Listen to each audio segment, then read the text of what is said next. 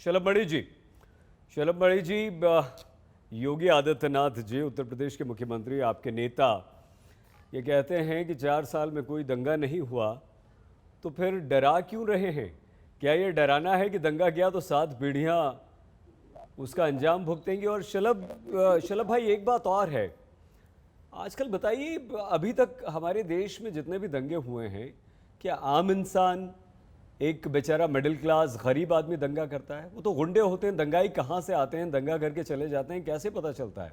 इससे क्या उत्तर प्रदेश के आम जनता में ये डर नहीं बैठेगा कि अगर कहीं से किसी ने साजिशन भी कुछ किया तो जुर्माना उस पर लग सकता है, जेल उसके बच्चों को हो सकती है, उसको नुकसान हो सकता है, कहीं उल्टा ना पड़ जाए? शलभ जी। सईद भाई, देखिए, जो दंगाई मानसिकता के लोग हैं, जो दंगे कराते हैं, जिनकी दंगों के पीछे भूमिका होती है, उनके अंदर सरकार का डर होना चाहिए, सरकार का इकबाल होना चाहिए। नहीं तो इसी उत्तर प्रदेश में 2012 से लेकर 17 के बीच में 400 दंगे हुए, आपने भी कवर किया था। मुजफ्फरनगर का दंगा हुआ, प्रतापगढ़ के कुंडा में दंगा हुआ, रोज हर रोज दंगे होते थे। आपने यहाँ उत्तर प्रदेश में सीरियल धमाके होते भी देखे थे कि कैसे काशी में, कैसे गोरखपुर में, कैसे अयोध्या में सीरियल धमाके होते थे। आतंकी आते थे, बड़े आसानी से सीरियल धमाके करते थे और हमारे पुलिस बल को चुनौती देकर चले जाते थे। तो निश्चित तौर पे ये सारी चीजें वो थी जो उत्तर प्रदेश में होती रही हैं। आपने शामली और कैराना का पलायन भी देखा होगा कि कैसे वहां पर एक पूरे पूरे वर्ग का पलायन हो गया था, लोग अपने घर छोड़कर चले गए थे, कि पूरी पूरी डेमोग्राफी चेंज हो गई थी। तो ये तो वो सारी चीजें जो उत्तर प्रदेश की जनता महसूस करती है। और जहां तक दंगाई मानसिकता के लोग हैं, उनके अंदर डर होना चाहिए, उनके अंदर खौफ होना चाहिए। उत्तर प्रदेश के लोगों ने देखा है कि नागरिकता संशोधन कानून के बहाने किस तरह लोगों ने यहाँ पर दंगा फैलाने का प्रयास किया।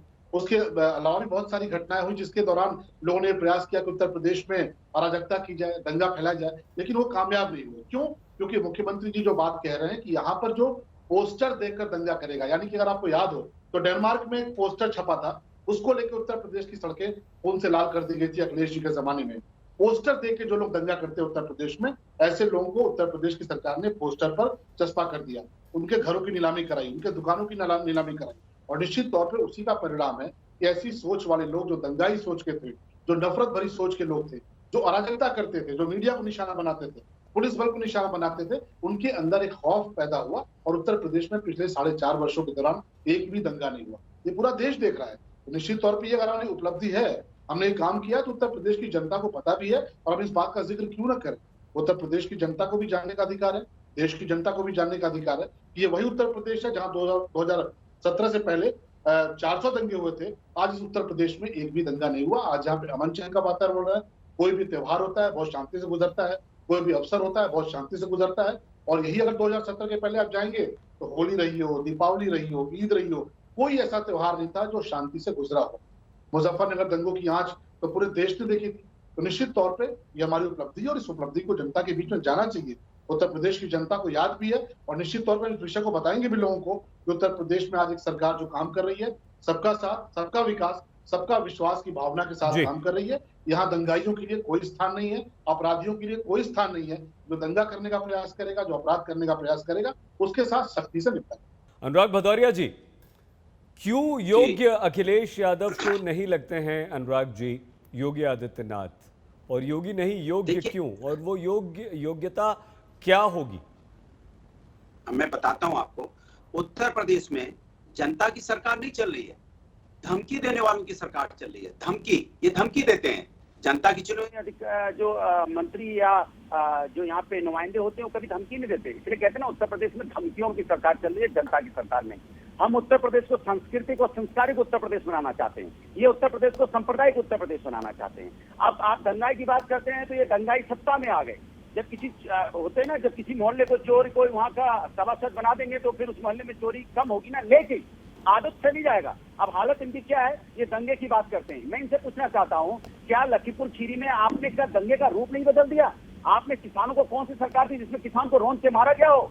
ये दंगा नहीं तो क्या है? ये दंगा नहीं तो क्या है कि गोरखपुर में होटल के अंदर घुस के पुलिस वाला पीट पीट के मार देता हो किसी व्यक्ति को? तो दंगा नहीं तो क्या है? ये दंगा नहीं तो क्या है कि उत्तर प्रदेश के लखनऊ में अगर विवेक तिवारी रात को घूमने निकलता है तो उसको गोली मार के हत्या कर देते? दंगा नहीं तो क्या है? ये दंगा नहीं तो क्या है कि हथरस की बेटी को बिना माँ बाप के परमिशन को उसका अंतिम संस्कार कर देते? दंगा नहीं तो क्या है? वो 9 की बच्ची के साथ अत्याचार हुआ, अन्याय हुआ, उसको न्याय मिलने के लिए पूरा का पूरा परिवार आपने खत्म कर दिया। ये दंगा नहीं तो क्या है? मैं आपसे पूछना चाहता हूँ उत्तर प्रदेश की जनता को, यानी यहाँ पे कोविड काल में बिना ऑक्सीजन के तरफ के ये मर गए, ये दंगा नहीं तो क्या है, लाखों यहाँ पे हजारों बच्चों की मौत होगी बुखार से, ये दंगा नहीं तो क्या है, इसके बारे में कभी मुख्यमंत्री जी बोलेंगे? इसलिए कहते हैं उत्तर प्रदेश में योग्य मुख्यमंत्री चाहिए, योगी मुख्यमंत्री नहीं। और ये सत्ताधारी खुद बोल रहे हैं कि हमें योग्य मुख्यमंत्री की जरूरत है। दूसरी बात यह है, ये बीजेपी के लोग हमेशा उत्तर प्रदेश को इन्होंने कब आगे ले जाने की बात की, इन्होंने जो वादा किए थे कौन सा पूरा किया? मैं जो पूछना चाहता हूँ, किसानों की इनकम दुगनी करने की बात थी, क्या हो गए? 10 एम्स बनाने की बात की थी, क्या 10 एम्स बना दिए? 10 विश्व स्तरीय यूनिवर्सिटी बनाने की उत्तर प्रदेश में बात की थी, क्या बन गए? और एक्सप्रेसवे की बात करते हुए एक्सप्रेसवे जो समाजवादी बना के आता छोड़ गए तो उसको पूरा भी नहीं कर पाया अभी तक। ये उत्तर प्रदेश की हालत है। अगर इन्होंने मेडिकल हॉस्पिटल बनाए होते तो आज ये हालत कोविड काल में लोगों की मौत नहीं होती। समाजवादियों द्वारा बनाए हुए हॉस्पिटल पे इलाज हुआ, अगर वो हॉस्पिटल नहीं होते तो क्या होता उत्तर प्रदेश का? उत्तर प्रदेश के मुख्यमंत्री जब भी आते हैं संपत्ति जब्त करने की बात करते हैं। मैं उत्तर प्रदेश के मुख्यमंत्री से पूछना चाहता हूँ, क्या आप संविधान को चैलेंज करते हो? अगर किसी व्यक्ति ने गलत काम किया तो उस व्यक्ति को सजा मिलेगी, जेल जाएगा, उसको फांसी दीजिए, लेकिन उसके बच्चे की क्या करेंगे? अनुराग जी, उसकी बच्ची की क्या करेंगे? डॉक्टर खान, क्या आज हमारे देश में पेट्रोल, डीजल, महंगाई, बेरोजगारी, ये जो सारी बातें हम उठाते रहते हैं और विभिन्न हिस्सों से बात आती है, क्या उत्तर प्रदेश में ये सब नहीं है? सुरक्षा, महिला सुरक्षा, लोगों की सुरक्षा, क्या आपको लगता है कि उत्तर प्रदेश में यही सब चलेगा? हिंदू मुसलमान, दंगा, योग्य, ब्राह्मण, ठाकुर, क्षत्रिय, या आपकी पार्टी इन सब से इतर अब कुछ मुद्दों पर भी ये चुनाव लड़ने की तैयारी कर रही है? तो साहब, मैं आपको सलूट करता हूं। जो आपने सवाल उठाया वो मेरा सवाल था, आपने उठा दिया है। बहुत बहुत मुबारकबाद आपको। ये जो दंगे की बात योगी आदित्यनाथ जी ने की है, ये सिर्फ और सिर्फ डाइवर्जन के लिए किया है कि कोई ये ना पूछ सके कि लखीमपुर खीरी में किस तरह से जीप से चढ़ाई गई और उनके मंत्री का इस्तीफा क्यों नहीं हो रहा है। कोई ये ना पूछ सके कि डीजल का दाम इतना बढ़ रहा है, कैसे कम होगा। कोई ये ना पूछ सके कि खाद के बोरी में 5 किलो कम कर दिया गया किसानों का, ये कैसे कम होगा। कोई ये ना पूछे कि ट्रैक्टर डीजल के दाम कितने बढ़ रहे हैं और महंगाई कितनी चरम सीमा पर पहुंच गई है। कोई ये ना पूछे कि दलित बेटियों के साथ, दलित लोगों के साथ बलात्कार हो रहा है और मारा जा रहा है, और खुशी दुबे के साथ आज भी अत्याचार हो रहा है, वो आज भी जेल में बंद है। कोई ये ना पूछे, कोई ब्राह्मण देवता ये ना पूछ ले कि साहब खुशी दुबे क्यों बंद है। ये डाइवर्जन है। सही साहब, बिल्कुल सही सवाल आपने पकड़ा, सही नब्ज पकड़ी आपने है। और मैं आपके पत्रकारिता को सलाम करता हूँ, सलूट भी करता हूँ कि ये लोग चीजों को डाइवर्ट करना चाहते हैं। जनता मूर्ख नहीं है, बेवकूफ नहीं है कि यही लोग पढ़े लिखे लोग हैं, बाकी बेवकूफ लोग हैं। जब हम गांव देहात में 70% लोग गांव देहात में रहते हैं, जब सिंचाई करने के लिए जाते हैं तो डीजल जब खरीदने जाते हैं तो हमारी चीख निकल जाती है कि अरे अभी तो कल मैंने तेल में लिया था, आज कैसे बढ़ गया। अरे कल तो अरे हर रोज डीजल का दाम बढ़ रहा है, हर रोज पेट्रोल का दाम बढ़ रहा है, तो ढुलाई में पैसा खर्च होगा कि नहीं होगा? खर्च होगा तो महंगाई बढ़ेगी कि नहीं बढ़ेगी? आदमी खाएगा कहां से? दंगा हो नहीं हो, दंगा कौन सा दंगा, किसको कहा जाता है दंगा? दंगा तो इसको कहा जाता है कि गोरखपुर में एक व्यापारी की हत्या कर दी गई, मार के पीट के हत्या कर दी गई, कुछ नहीं कर पाए, उसको बर्खास्त तक नहीं कर पाए। तो ये दंगा कर करके ये महंगाई और गुंडा का राज, मैं तो कहता हूं भारतीय जनता पार्टी का गुंडा राज है। इसमें कोई आदमी, शरीफ आदमी सुरक्षित नहीं है। कोई व्यापारी जो मारा गया गोरखपुर में, इस पर कितने मुकदमे थे जरा बताइए? कैसे पुलिस पहुंची 12 बजे रात में? जवाब नहीं दे पाएंगे मुख्यमंत्री जी। उनके गृह जनपद का मामला है।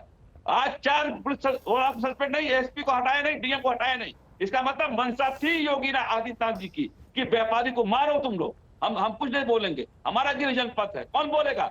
अगर ये 4 लोगों को सस्पेंड कर देते, बाहर बर्खास्त कर देते, तो मैसेज जाता कि हाँ कानून व्यवस्था में आप माहिर हैं। आप देखिए सोमनाथ, ये आपके इसमें मुजफ्फरनगर दंगे में कौन है?